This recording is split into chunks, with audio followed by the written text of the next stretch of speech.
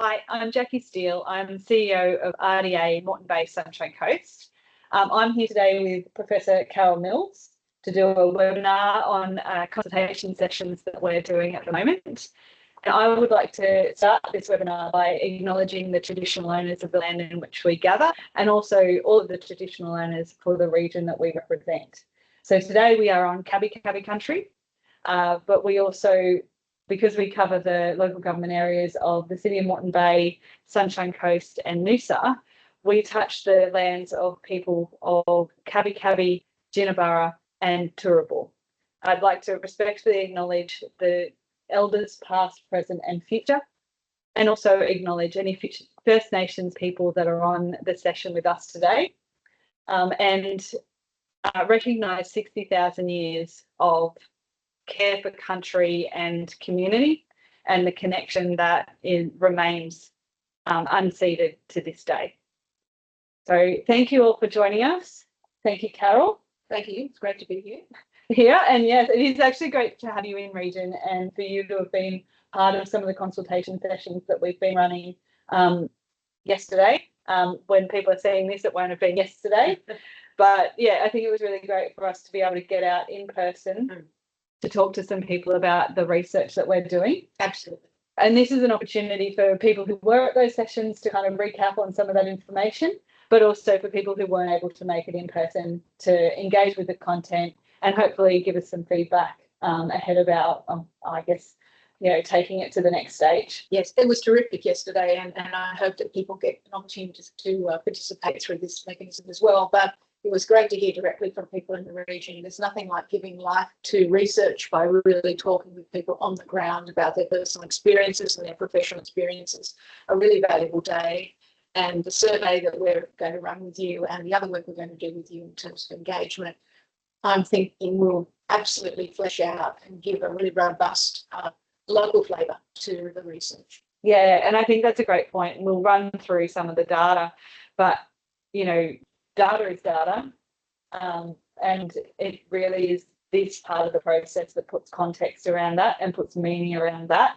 And, different entities in our region will use that data in different ways. And this is partly about the RDA understanding where we fit, where we can add value and how we can kind of lean in on really good things that are already happening in our region. Absolutely. And I think one of the key messages that we've had right through this project from the RDA is it needs to be meaningful, it needs to be practical, and it needs to really touch the lives of people working and living in region. And so the research that we've done has really had that focus all the way through. What does this data mean for the community? What can we learn from it, and how can we work with the RDA to help the community grow as a result of it? Yeah, absolutely. Now I'm going to share screen on some of the work to go through some slides and sort of continue this conversation. Share that. And in presentation mode is always useful. So just to start off with, I think it's just useful to talk about what the RDA is and what the RDA network is. So RDA for Moreton Bay and Sunshine Coast was established in April last year. It was an amalgamation of two RDAs, two neighbouring RDAs in Moreton Bay and Sunshine Coast. And it means that there are actually 50 RDAs around the country, and we cover every part of the country. We're each given a footprint. It's an Australian government initiative that they define the regions for us, and we're also funded by the Australian government to operate and to be, I guess, our remit is around place-based regional economic development. And our role is really to work with stakeholders to look at those key priorities for our region and to really advocate and help advance those priorities in a range of different ways. So we're not a funding body, but we certainly have a number of communication channels. We can certainly bring a number of resources and services to bear, and doing research like this and engagement pieces are obviously a key part of doing that. So we're guided by a document called the RDA Charter, and that's online. It's a really one-page document And it's accompanied by a regional investment framework, which is similarly just one page. But that's the Australian government's commitment around engaging with the RDA network and investing in our regions. So they tell us what they need from us, but they don't tell us how to do it. And that's great. It's great for the scope. It means that you have genuine place-based, region-led initiatives and voice back into the Australian government. But it really means that we have to continually get out, continually talk to our stakeholders, check in, make sure that we're really on point with what our region needs.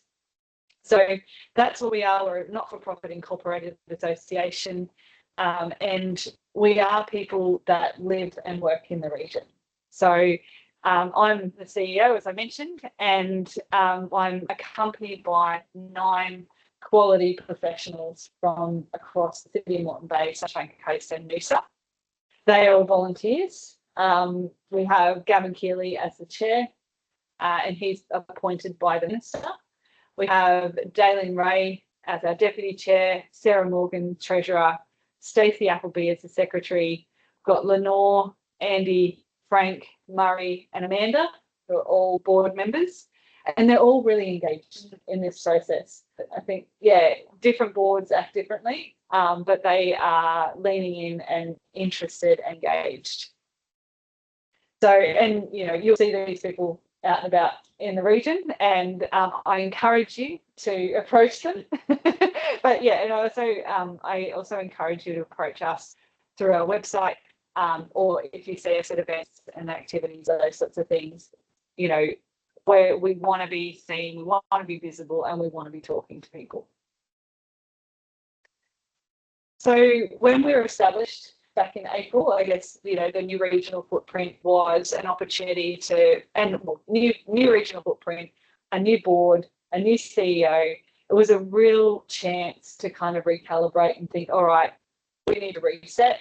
We need to think about what our value proposition is, and we need to get some runs on the board. So we, you know, did some really early work and came up with this vision statement and 4 focus areas. And this is what we've kind of been testing over the last 8 to 10 months through a number of partnerships and through the activities that we've been doing. And it's, I guess, we're looking to look at what in this we double down in, but also giving more context to these focus areas through this research. So our vision, as you can see on the screen, is about one voice driving investment, inclusion and impact through region-led partnerships to sustain the Moreton Bay, Sunshine Coast, Noosa economic growth corridor to 2032 and beyond. It's quite deliberate language. One voice, we're not saying that we're the voice, but we do want to provide consistency and a unified voice from this region on key issues and priorities. Bringing investment to this region, and whether that's public or private investment, and really showcasing those opportunities is something that we really that we see as a really important part of our role. Inclusion and participation is something that, you know, breaking down those barriers in order to create the impact is really important to us. But those region-led partnerships are where that's how we need to operate. As you've seen, we're pretty lean, we're thin, you know, we've got 1 staff member, we've got a quality board, but we're not going to do anything out there by ourselves. We want to be partnering with other people. We want to, you know, bring other people into the region and work outside of the region as well. But there are really good local councils, industry associations, other organisations that are already doing things in this region that we want to work with. And 2032, it's, you know, we're a growth corridor, people are already coming, things are like we're under a huge amount of change, and 2032 is a great flag in the ground, an opportunity for us to really be on point with what this region needs to manage that growth, to get the best out of that growth. But we want to look beyond 2032 as well. What's the legacy of those investments and that opportunity? And that once in a generation opportunity, which is some of the things we heard about yesterday. So the 4 focus areas that we have are around connectivity and knowledge, and that's physical and digital connectivity and the know how to use it. our advanced industries and innovation, and how I think we've got a really a growing entrepreneurial community across our entire region. It is becoming quite pervasive in our local council strategies, in our business strategies, in those industries and transformation of those industries. So we want to see that continue to develop. Sustainability and regeneration is very aligned to the UNESCO biospheres, and we are so fortunate in this region to have 2 of those, and neighbouring a third, which is the only place in the world that is the case. So we value our natural environment, but it's more than that. It's about a mindset, and it's about that, sustainability mindset. How do we reuse, make the most of our resources, and have a sustainable approach to business, community, and community building. And the 4th one is really quite personal to me, around engagement and inclusion. And because I think that the most progressive strategy that you can have is to help people participate.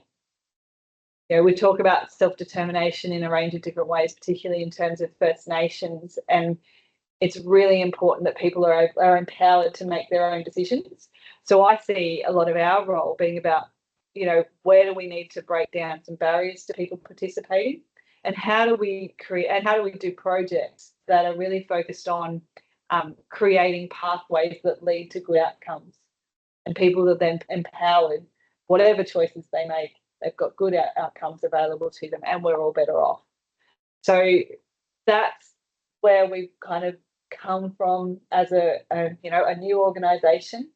For me, I personally have a lot of what I see in that vision and those focus areas. I see such opportunity, and it's really given us the opportunity to engage broadly across this region and be able to appreciate and value the differences as well as the commonalities across our region.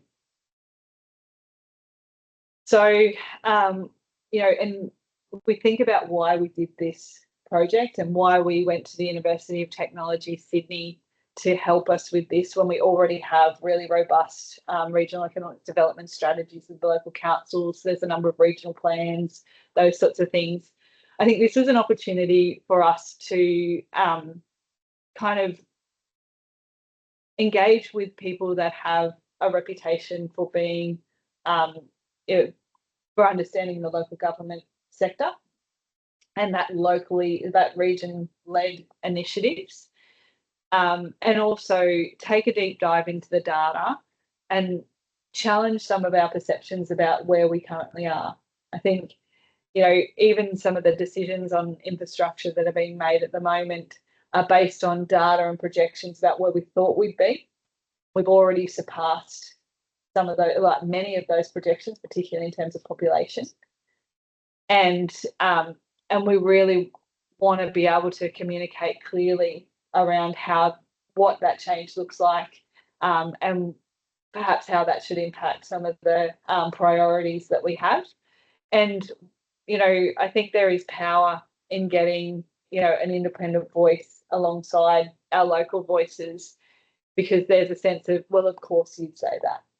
Of course you'd say that your region needs, this investment.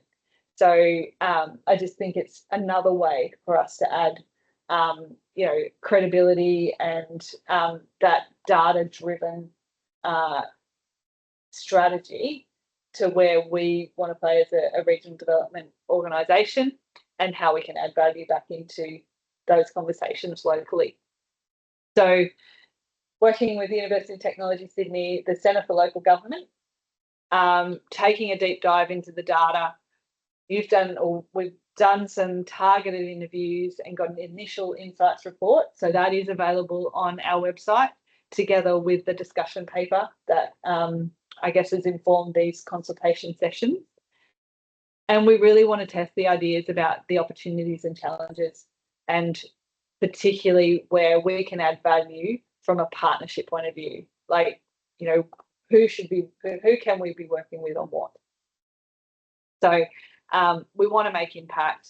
we don't want to do things that are already being addressed, and but we want to be leaning in. So on that, I think it's a timely opportunity to pass over to you, Carol, and get you to talk to us more about what's in the discussion paper, some of the things that we're really trying to uncover, and where we're going with some of this discussion.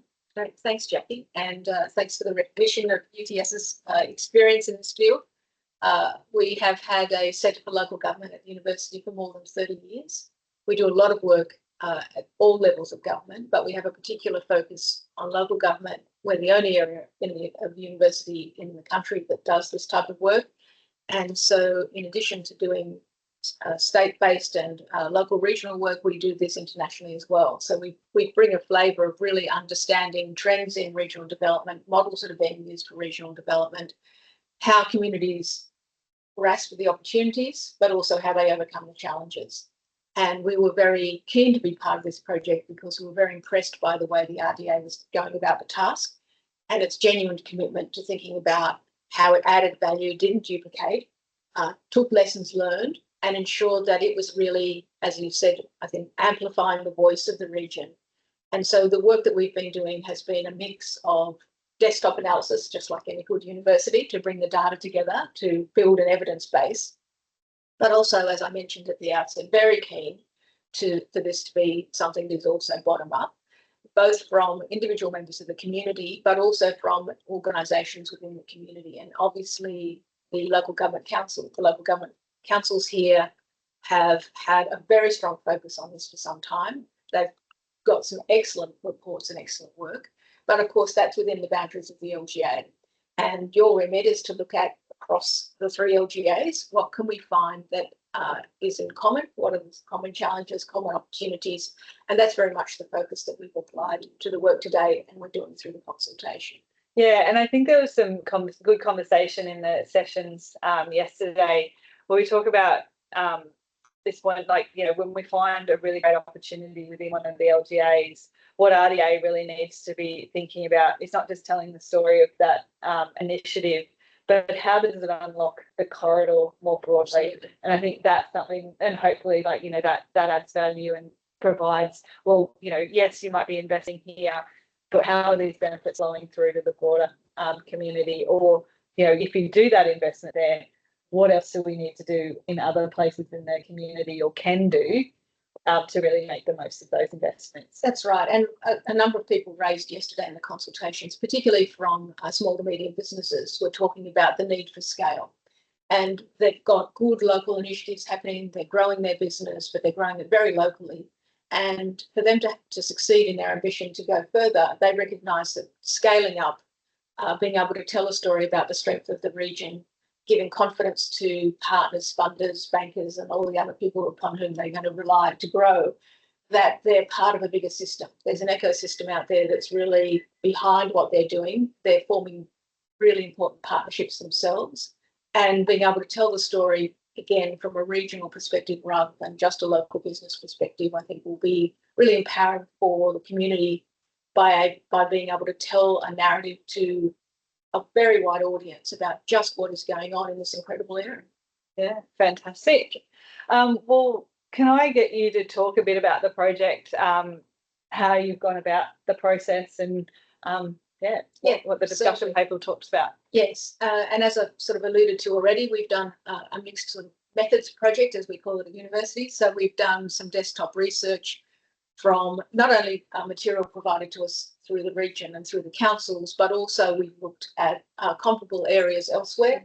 We've looked at the sorts of trends that are impacting on the region here. We looked at, obviously, at Australian government and state government policies, the things that are going to provide both opportunity and sometimes limitations on what's possible.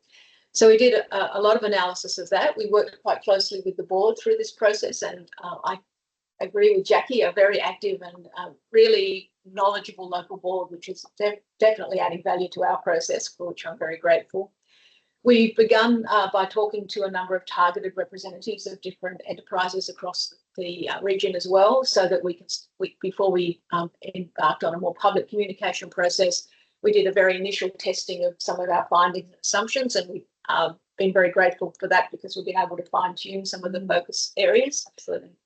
We've developed up, as we said, an insights paper, which is really deeply statistical, but it's there as a background resource and an evidence base for some of the material. And I think it was really interesting when we were talking yesterday. I think there was something like 16 or 17 different sources where we can get some of this, regional data, and it can be very daunting to put something like that together, to compare different regions, and those sorts of things. Even just aggregate, like say, just aggregating the data that we have in the regional economic development strategies of the 3 local councils, it can have its own difficulties as well. It's not quite as simple as that. So I think it was a really great exercise in a level of cross-checking, because there are other ways that we could have put that data together.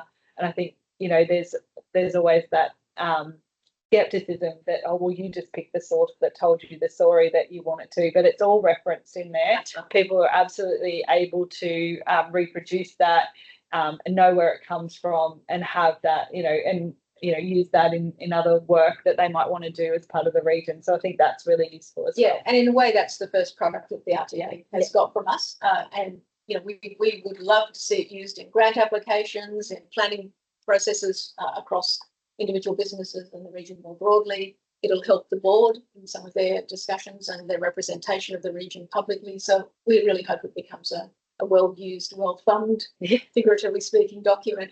A digital document that's well-thumbed, yes. Right.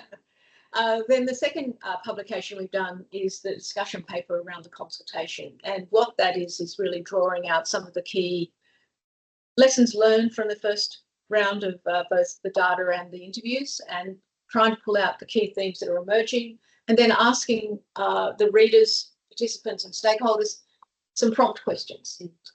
This is what we think is emerging from this pattern of data. Is this correct? Is it relevant to you? Is it affecting you? Does it make sense to you? And I think what we were trying to ask in that too was about, are there particular bottlenecks or challenges that we should be, focusing on? Where's it working really well? What are some of the, things that could make a demonstrable difference if we, did it differently? So we weren't necessarily, I guess, trying to cover everything, because we can't. No. But I think some of those questions are really good guiding questions to help people think about, pain points, changing populations and changing needs, and how to really affect that change and manage that change in a really positive way. Yeah, absolutely. And we're very impressed, I guess, by the level of energy in the region, and by the amount of activity that's going on from, as I said, a huge number of small enterprises starting up, solidification and partnerships bringing larger corporations in here, contribution from state government around some of the really big pain points around things like transport access, etc. But still more to be done. And none of the data that we could access had really well anticipated the degree of population growth in the region. Absolutely. And that's a big challenge for everybody. Not the only region with that, but the regional rate of growth here is one of the highest in Australia. And we really tried to look at what is the implication of that. Growing faster than anticipated puts pressure on plans, pressure on infrastructure, pressure on councils in terms of the expected level of service they need to provide. But more importantly, it's also creating opportunities. And we want to look at how that growth can actually meld with the aspirations of the community that are already here, and the sort of business directions that it can take. And so this discussion paper is really focused on that. And so it does touch on infrastructure, it does touch on policies and grants and other programs that are being provided to support what's making a difference, what's still a gap. We want to hear directly from people about their views. Yeah, and I think this slide is really good about the significant economic trends that you were able to draw from a lot of that data. This isn't saying this is all that's important, but this was a really nice sort of, I think, summary for us to test here as well, around some of the things that are pervasive across our region and what that looks like. Absolutely. I mean, from an outsider point of view, and I've said this a few times, people think of the region as a holiday mecca, a beautiful place, and which we are, and all of those things are absolutely true. But there's a lot more to the story, and what we've tried to draw out is the rest of that story as well, and how the various areas within the region growing on the back of its history, on the back of its current strengths. And we've seen three really common patterns, I suppose, across the region that relate to the economic trends, which we're trying to touch on here. A really strong focus on sustainability. One that we've talked to businesses, we've talked to the board and other people about, and it's certainly prevalent in the council planning. How do we get a balance between growing and sustaining the strengths of the region, the environmental attributes of the region, but also sustainability in the long term for businesses and for the community? So that's a really important commitment that we've seen in the council documents, for example, and we're seeing in the businesses we've been talking to. So that's a really fairly unique, the degree to which that is such a prominent issue and such a big focus within the region. The other area that we've seen, as I said, a lot of outside rhetoric would be, yes, that's a place I go for holidays, but there's also that we need to be a bit more than that. We need to diversify our economy. We need to offer a breadth of jobs opportunities for people who grow up here. We need to have protection against the need for resilience that all economies have now. We certainly learned from GFC, we learned again from COVID, that if we rely on a single industry or a single source of our strength, that actually is a weakness in the longer term. And so that's happening at a national level, even at an international level around supply chains, but at a regional level too. How do we grow an economy based around sufficient diversity to offer genuine opportunities for everybody and that can sustain through challenges? And then the third thing we saw was very much about knowledge-based industry growth. Very strong history of service industry, which will continue. Strong history here in health and community services, which will continue. We've also seen an increase, I suppose, in construction. Always been important here, but as the region grows, inevitably construction will continue to be a key thing. But in terms of emerging industries, those that can support the further diversification, very much technology and knowledge driven, and some great case studies that we're seeing of small scale businesses establishing here, creating real ripples across the country, based here and wanting to actually remain here and wanting to grow here. And so this is another area that we found is quite unique across the whole region. And I think what was really, we talked about some of the mapping of those investment priorities and that infrastructure being a really critical one, and also having the workforce. And I guess those two things are, they do work together, and it is about getting people to be able to live, work, get around within the region, and really unlocking some of that industry potential through that. And I think, so there's some really good things that we're hoping will come through the consultation on that. One of the things that I thought I just might jump to was kind of how we structured some of the consultations this week. And I think it was really important that we came from a strengths-based approach. And as you mentioned in those sessions, other regions have had to come from a deficit model. I guess, they've lost industry, or, they've had a big disruption to their communities with changes to the industries and things like that.